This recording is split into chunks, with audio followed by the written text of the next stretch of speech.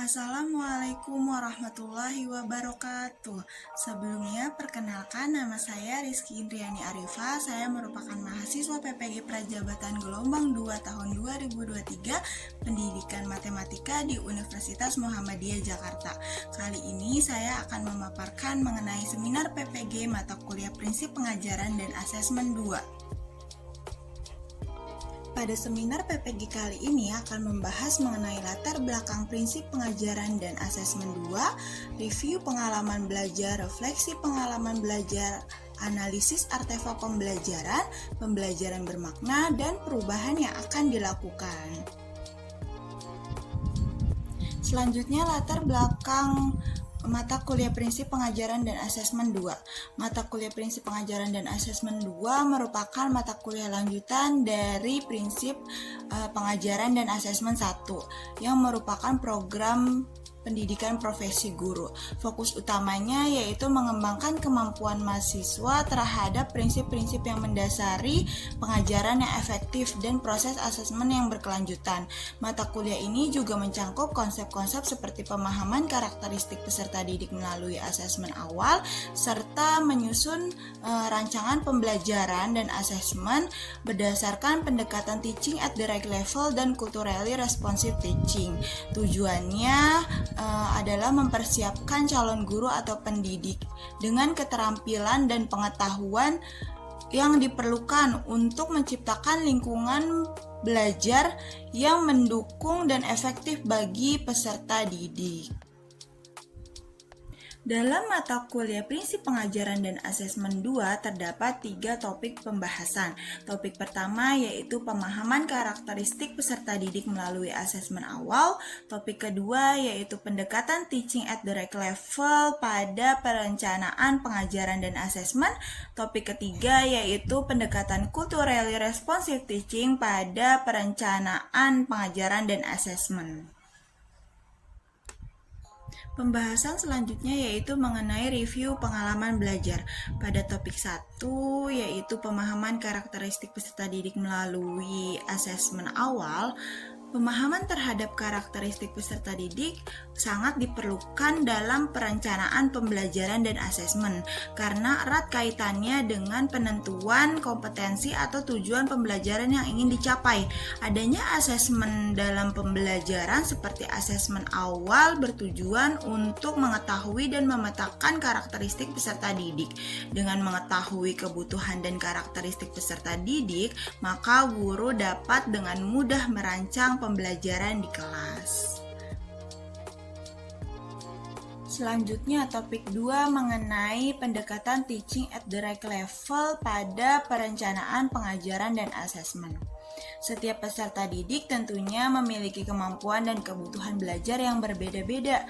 Pendekatan teaching at the right level merupakan salah satu cara yang dapat digunakan untuk menciptakan pembelajaran sesuai dengan tingkat capaian pembelajaran peserta didik atau kemampuan peserta didik. Pendekatan teaching at the right level juga merupakan bentuk implementasi yang sesuai dengan filosofi pendidikan Ki Hajar Dewantara yang memperhatikan tingkat capaian atau kemampuan peserta didik serta kebutuhan peserta didik sebagai landasan dalam merancang pembelajaran yang berfokus pada peserta didik.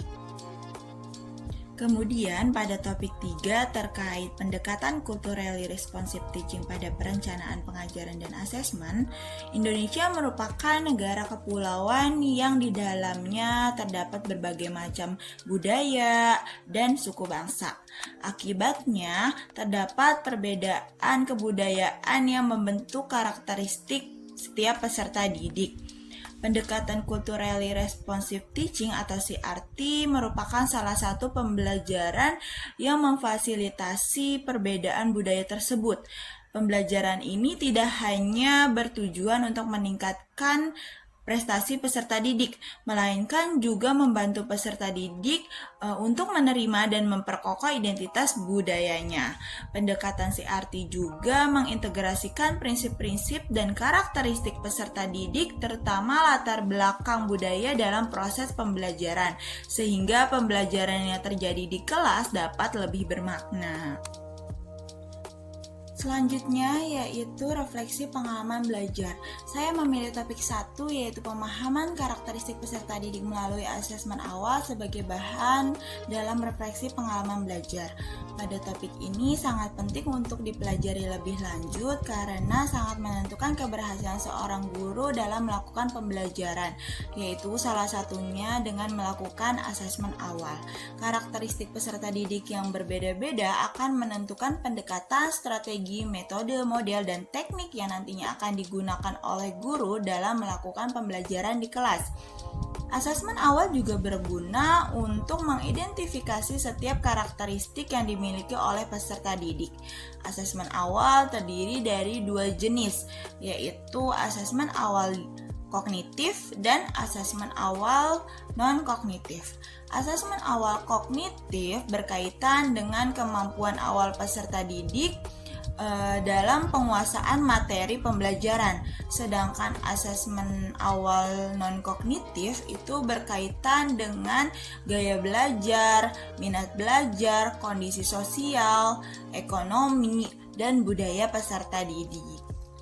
Analisis artefak pembelajaran merupakan tugas-tugas yang telah saya kerjakan pada topik 1 mata kuliah prinsip pengajaran dan asesmen 2. Kali ini saya akan melampirkan tugas pada ruang kolaborasi dan tugas pada aksi nyata.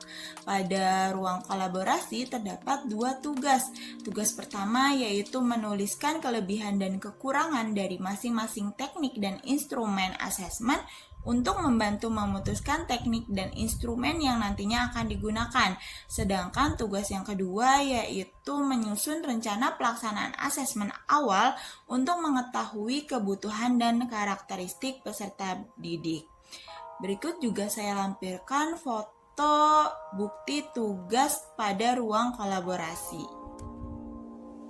Selanjutnya, artefak pembelajaran atau tugas pada aksi nyata, saya membuat rancangan pembelajaran dan asesmen sesuai dengan kebutuhan dan karakteristik peserta didik yang telah saya ketahui saat melakukan asesmen awal. Berikut ini foto dari tugas aksi nyata.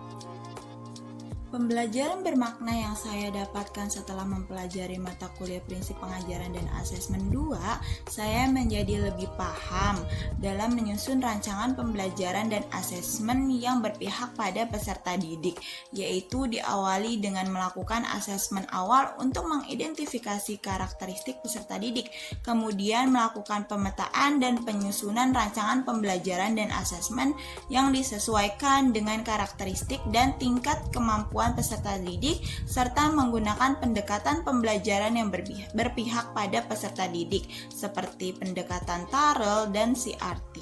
Hal ini penting untuk dilakukan karena ketika peserta didik mendapatkan pembelajaran yang sesuai dengan karakteristiknya, maka dapat memudahkan peserta didik dalam memahami materi pembelajaran sehingga dapat mencapai tujuan pembelajaran yang diharapkan dan menghilangkan kesenjangan pemahaman di kelas. Perubahan yang dilakukan setelah mempelajari mata kuliah prinsip pengajaran dan asesmen 2 diantaranya memahami kebutuhan individual peserta didik. Seorang guru perlu mengakui bahwa karakteristik peserta didik itu beragam sehingga perlu memahami karakteristik setiap peserta didik agar dapat merancang pengalaman belajar yang relevan sesuai dengan kebutuhan peserta didik. Selain itu, menyediakan konteks yang bermakna dengan membuat konten materi pembelajaran yang dikaitkan dengan kehidupan sehari-hari sehingga meningkatkan motivasi dan pemahaman peserta didik. Selain itu, memberikan kesempatan untuk eksplorasi dan penemuan, yaitu dengan menggunakan pendekatan yang mendukung peserta didik untuk menemukan pengetahuannya sendiri melalui eksplorasi, percobaan, dan diskusi. Selain itu, menggunakan beragam sumber daya dan strategi pembelajaran dengan memanfaatkan berbagai sumber daya dan strategi pembelajaran termasuk teknologi, materi bacaan, media, dan kegiatan praktis untuk memenuhi kebutuhan peserta didik. Sekian pemaparan saya mengenai seminar PPG mata kuliah Prinsip Pengajaran dan Asesmen 2. Kurang lebihnya mohon maaf. Wassalamualaikum warahmatullahi wabarakatuh.